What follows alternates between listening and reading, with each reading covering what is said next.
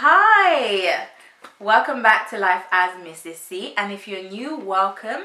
My name is Ruth. And I am Lydia. Today we've got another special, juicy episode for you guys. So we're talking about marriage expectations.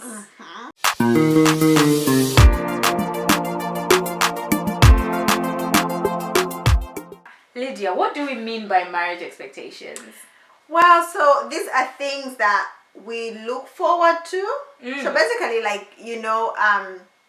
expectations are the things that I don't want to use the word expect, but how we would like to be treated. Like we look forward to it. All right? There's no uncertainty. You are sure this is how the future is going to look like. And I guess, these expectations are made based on probably what we have read or watched. Sometimes I think we underestimate how much these movies have on us until we realize okay, you know what, probably these expectations. But basically these are just things. They could be the way you want to be treated, looked at, or the way you want to treat your friend. That's what you are looking forward to. No, certainly. I think, like you said, there's so many things that shape our expectations.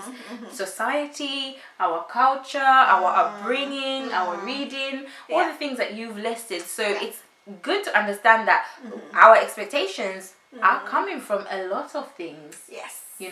And so how do you address your expectations, and what do you do if your expectations are not being met? So those are the things that we're going to talk about in this video, so stay tuned. Okay, so straight into the first point. Should I have expectations? What do you think, Grace? Should you have Should I have expectations? Did you have expectations? Absolutely.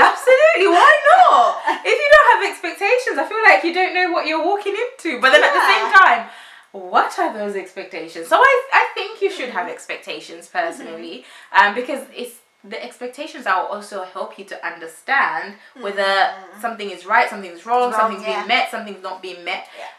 So I do think that you should have some expectations, but when there's a but in the sentence, they need to be ironed out. I feel like expectations make you look forward. Okay. And like I said earlier when defining, it's that expectations are driven by a lot of things. You talked about society, and probably one of the biggest maybe drivers of expectations is how somebody treats you when you're dating.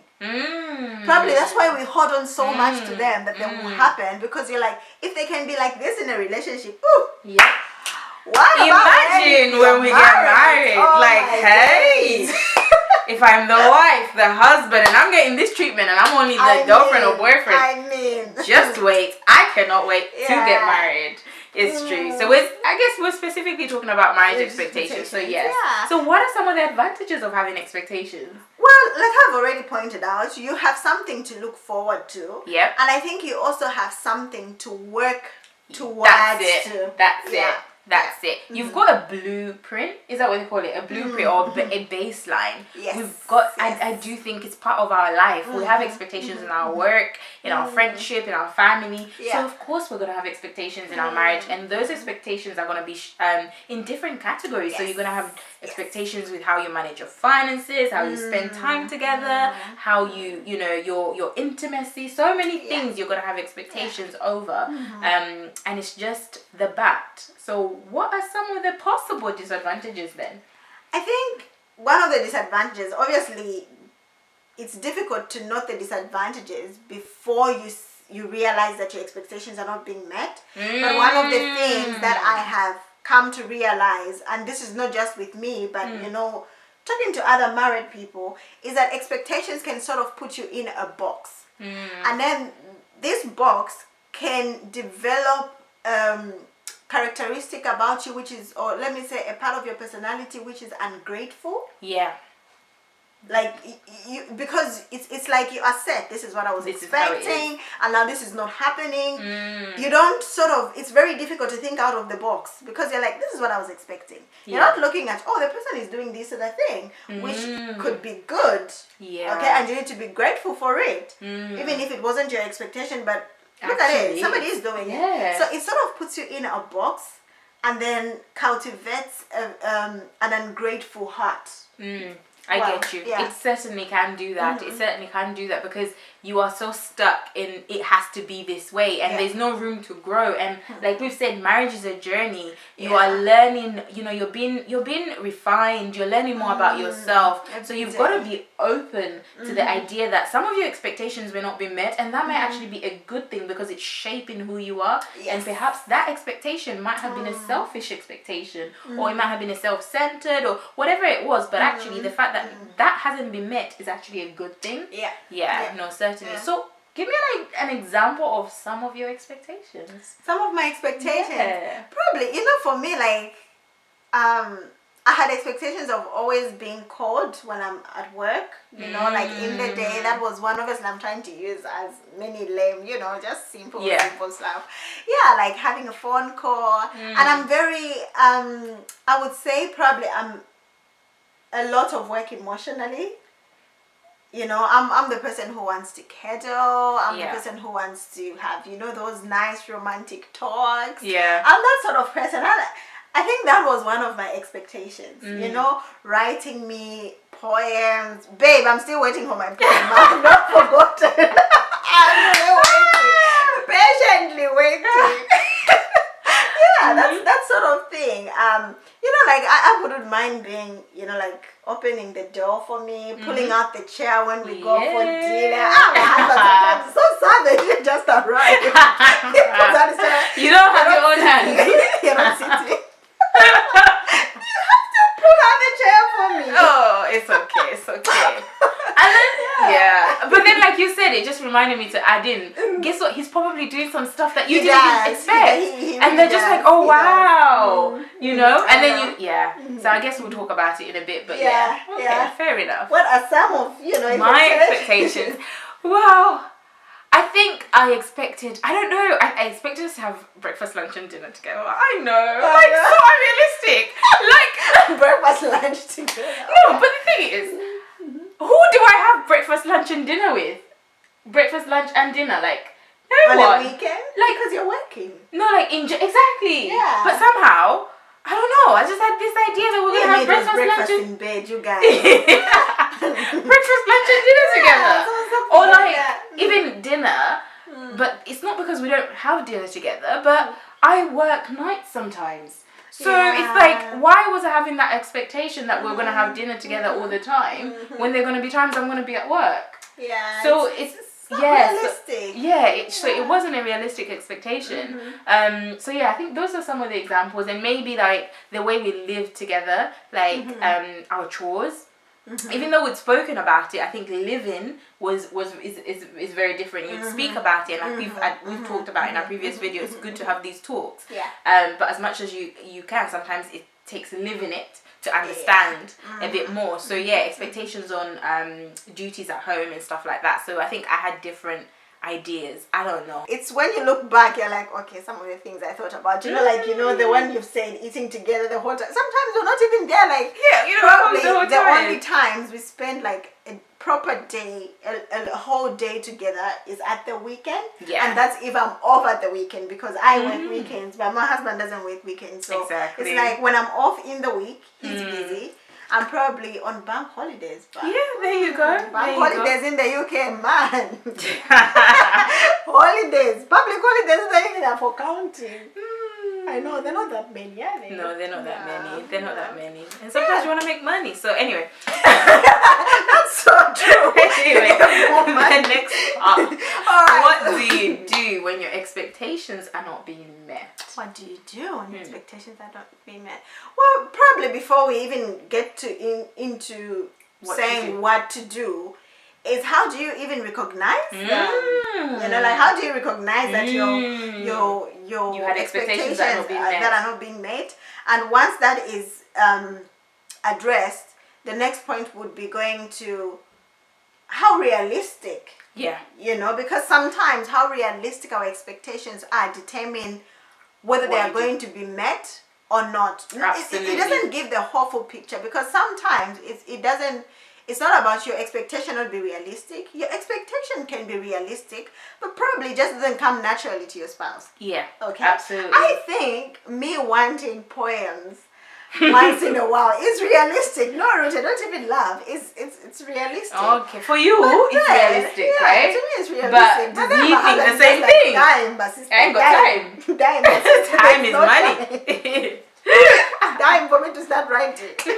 You already know I love you. What would you want in a poem? I want more. So no, it's very true. You need to recognize what are those expectations, and once you recognize them, then it will help you decide what can I do. And some of them are so unrealistic that you just need to forget about it. That's so so true. Yeah, like, and that would be you dealing with that expectation. I'm just trying to think of an example of an expectation for me that would be unrealistic that I need to forget about. But I can't think of anything at the moment. But Ruth, you saying you wanted to have breakfast. Oh yeah, I've forgotten about it. That's true. That's true. Yeah, that's not gonna happen on so many different levels. Yeah, that is not realistic. So forget about that expectation, and then think of other expectations. I think it's only on holiday we've ever had breakfast. But even then, like by the time we eat, because you've slept in, by the time you eat, no, I mean like traveling on holiday, like you're away I from see. home. Oh yeah. Then you end up having breakfast, lunch, and sure dinner. when you went Yeah, on that's your very holiday, true. That's very true. You're more likely to have like a full. Yeah, that's very true actually. So yeah, so that's one thing I've forgotten about. So it wasn't realistic, and it was worth forgetting about. Of course, there are other expectations that are not worth forgetting about because they can bring contempt, they can bring arguments, they can just bring a hostile environment. And sometimes one way of recognizing is you may not realize, but perhaps the way you treat your spouse, you know, maybe you're always nagging, or you're just, you know, I don't know, but the way you treat somebody, or you're just sharp whenever they say something, or you've gone for dinner, you know, and you're expecting him to open the door or sit you down, and the rest of the night you're just moody. And you're just like, and he's like, what have I done? And you're like, actually, I'm just like savage behavior. I move on.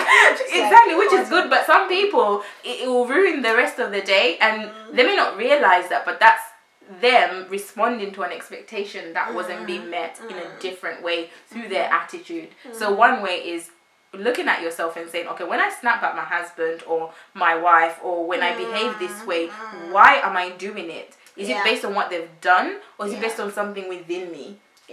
And I think probably the other expectation that we are not really addressing is how you expect to treat your partner, and then you realize that it's backfiring. Your partner doesn't really look, because you know, when you have an expectation to say, I want to treat my husband this way, or I want to treat my wife this way, you are expecting some form of gratitude.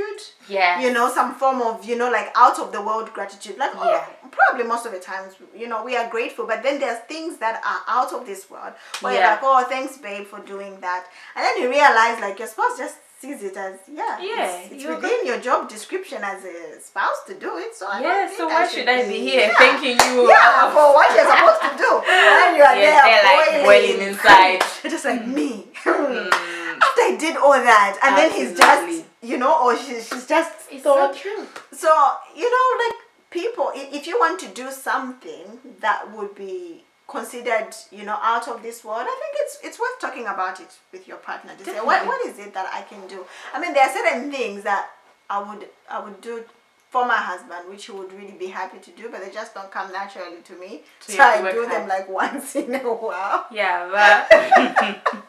So and I think another thing, like how we can handle it, obviously we have talked about how recognizing how realistic, and also recognizing like what is it that has made you feel that these expectations are not being met, is that, you know, begin to think out of the box. Begin to tell yourself, I want to be more grateful than nagging, and then you begin to have some time alone to just analyze. Okay, I mean, there are some big expectations. Let's say you had an expectation that, you know, you'll be financially doing together, fighting, going to conquer the world, and then you just find you married a spender. You know, that's a hard one. Like you're making money, the other one is just spending. That's a hard one. Those ones. And then, what do? You need to sit down and have a chat. You need to talk. And then, but the thing is, you can't always expect somebody to come completely your way. If you're a saver, for example, and they're a spender, then you need to understand compromise. Yeah. So it's about sitting down, coming up with a way of handling that expectation. And like you said, there's some expectations which are not things that you can ignore. You need to talk about it because they can destroy your family. And then there are just some that you just forget, or maybe once in a while when they happen. And I think it's also good to tell people, like, no, not people, obviously, like your spouse. Tell them, I like it when you do this. I like it when you do it. Definitely. And I think I developed that habit early of just telling my husband, like, I like this way and that way. And the thing is, probably it's something I've noted. Maybe, well, I can't speak like for every man because I wouldn't know, but I do believe that men are good listeners. Like, they would listen. They might not do it there and then, but at some point, I don't know if you've noticed it with Tumela, where you do it, and to be like, oh, so he actually listens. And I think the fact that somebody remembers. It's a good thing. Absolutely. So this is just like an overall video because as you can see, there are like different expectations based on so many different factors: your upbringing, your teaching, so many things. So expectation is a big word, because we are going into a marriage hoping for something, hoping to see something.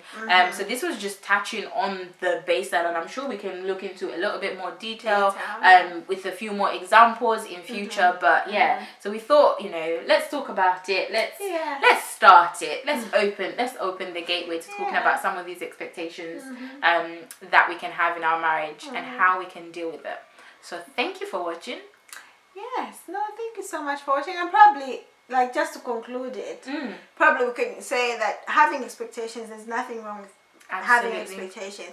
It's how realistic they are, and also cultivating a grateful heart. Absolutely. Yeah. So thank you so much for watching, and don't forget to subscribe. Bye.